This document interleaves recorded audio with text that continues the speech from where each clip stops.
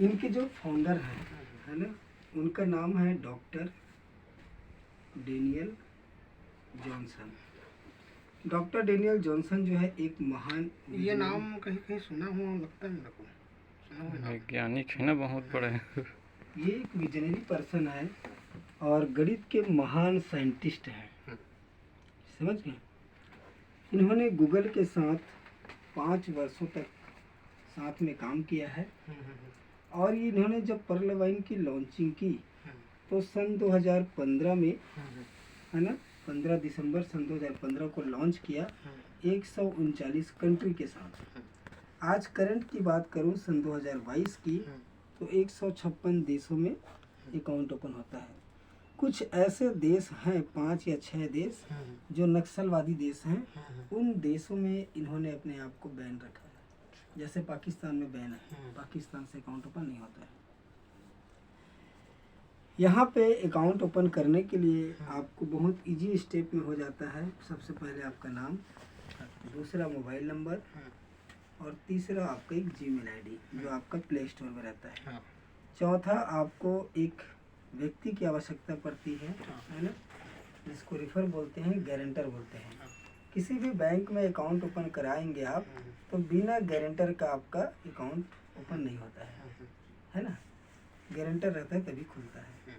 तो इन 3 चीज़ों से आपका अकाउंट रजिस्ट्रेशन हो जाता है और रजिस्ट्रेशन होते ही आपको एक अकाउंट नंबर दिया जाता है। जैसे स्टेट बैंक में अकाउंट नंबर मिलता है ना, ठीक उसी प्रकार 12 डिजिट का आपको अकाउंट नंबर दिया जाता है।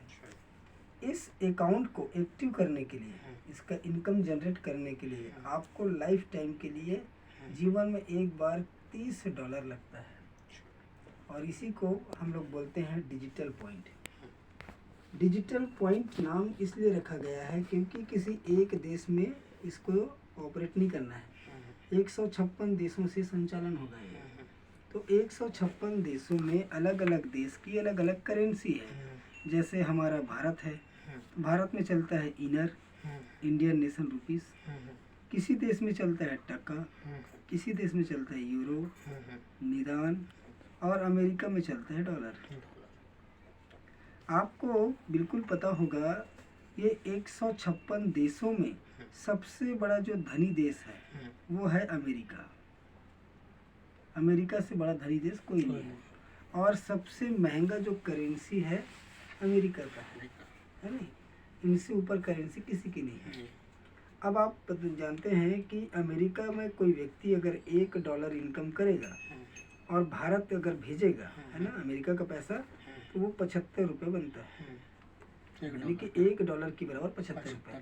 इसीलिए इन्होंने कहा भाई कि हम अलग अलग देश में अलग अलग करेंसी के हिसाब से इसको ऑपरेट नहीं कर सकते, तो इसमें सिर्फ एक देश के नाम से होगा जो सबसे ऊपर करेंसी होगा और उसी को हम डिजिटल पॉइंट का नाम देंगे। मतलब डिजिटल पॉइंट मतलब एक डिजिटल पॉइंट बराबर होगा $1 के बराबर, और $1 की कीमत जिस जिस देश में करेंसी की कीमत होगी उसके हिसाब से। हमारे देश में इसकी कीमत 75 रुपीज़ है, तो इसके ना हिसाब से है।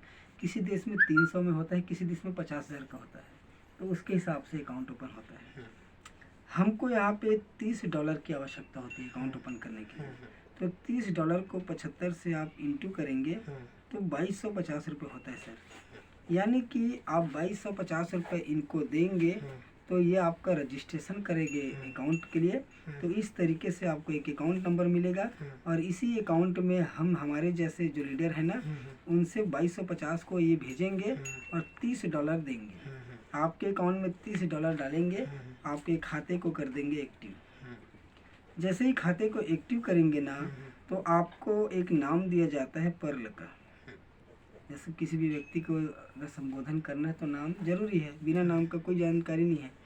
जैसे पर्ल आपका नाम बन जाता है और यहाँ पे आप $30 से अपने खाता को एक्टिव किए हैं, मतलब 2250 से जैसे करते हैं, तो ये जो पैसा है ना, ये 100% क्राउड फंडिंग हो जाता है, ये जो है डिस्ट्रीब्यूट हो जाता है 100%।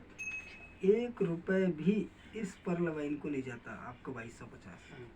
कैसे जाता है उसको हम बता रहे हैं, ठीक है। ये जो $15 है ना, आपके गारंटर को चले जाता है।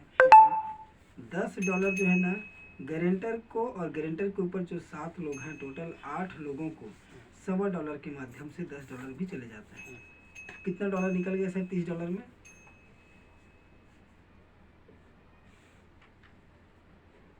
15 10 15 10 25 हो गए। हाँ, कितना बचा? अब 25 में 5 बचा आपका। 5, ये $5। यही $5 जो है ना आपका ग्लोबल जो विश्व स्तरीय बैंक ऑटो पुल है ना, उसी ग्लोबल ऑटो